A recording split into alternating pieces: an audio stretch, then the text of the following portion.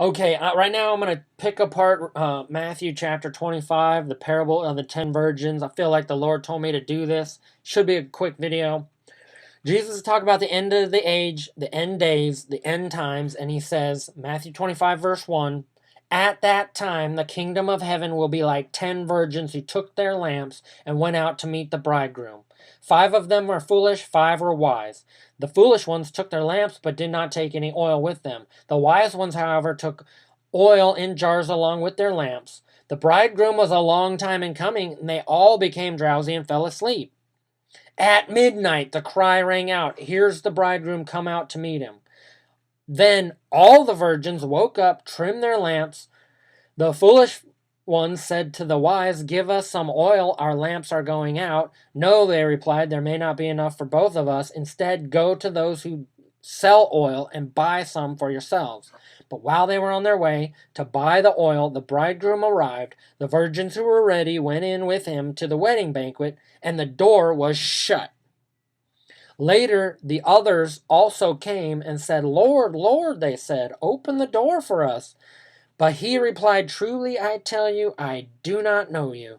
Therefore keep watch, because you do not know the day or the hour.' Then he talks about the parable of the bags of gold, in which he says, 'You wicked and lazy servant.' And then he says, 'Throw them outside where there's weeping and gnashing of teeth.' Then the next thing he talks about is the sheep and the goats and the weeds among the sheep and the goats.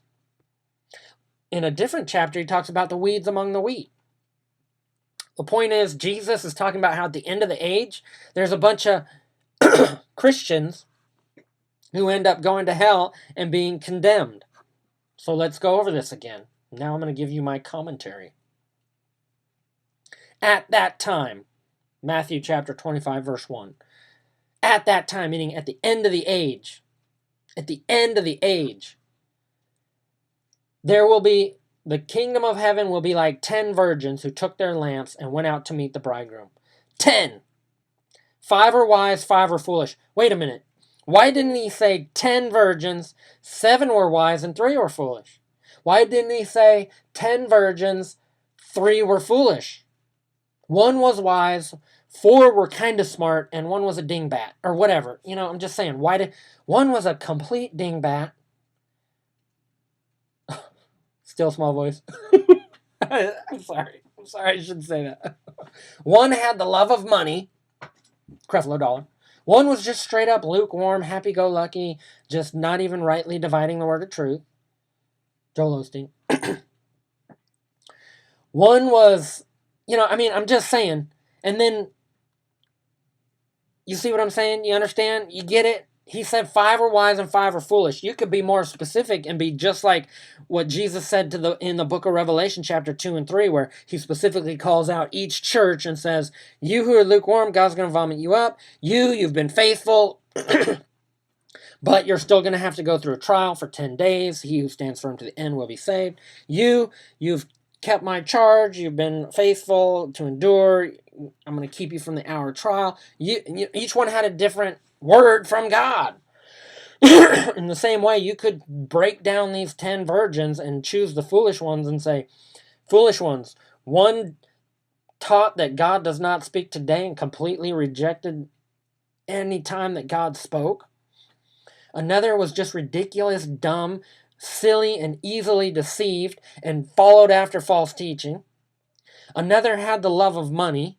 Another was like lukewarm, happy-go-lucky, everybody's saved, everybody's saved.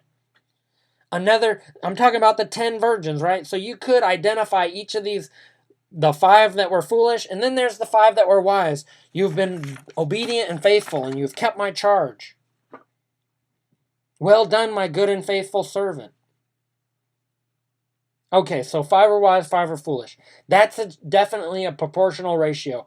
If Jesus had wanted to, when he talked about 1 will be left and the other will be taken, he's talking about 50%. Here he's talking about 50%. In other words, when you look at the church today, half of them are going to fall away. Half of them are either lukewarm or foolish in some way. Now, if Jesus had said 7 were wise and 3 were foolish, I would be saying that 70% are going to make it. You get it?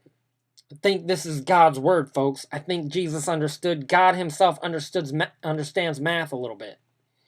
Now, look what it says. They all had lamps and went out to meet the bridegroom, meaning they were all waiting for the bridegroom. They all had lamps.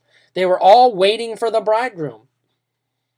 But the wise ones took extra oil in jars with their lamps. And then, look what it says. The bridegroom was a long time in coming. And they all fell asleep. At midnight, the cry rang out, "Here comes the bridegroom, come out to meet him." Now you would think, oh, there it is. There it is. But look, it doesn't actually happen that quickly. Because the next verse says, they woke up and trimmed their lamps. And at some point, the foolish one's lamps started to go out. So there has to be some time in between the cry that rings out at midnight and the actual coming of the bridegroom. In other words, they says, "Here comes the bridegroom, wake up, come out to meet him." But yet he's still a long way off, because there's still time for their lamps to go out.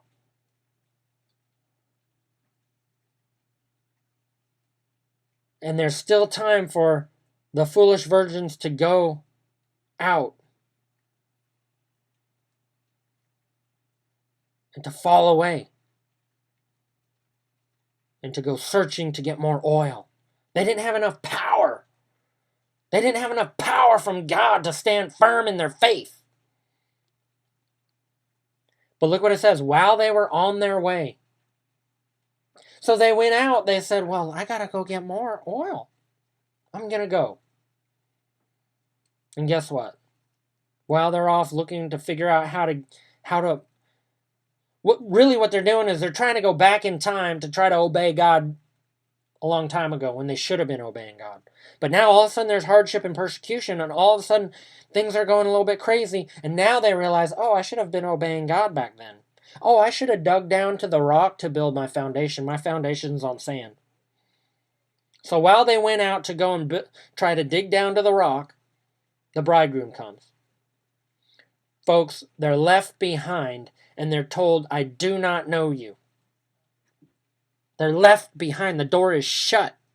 Those who miss the rapture and miss the bridegroom, you will not have a second chance.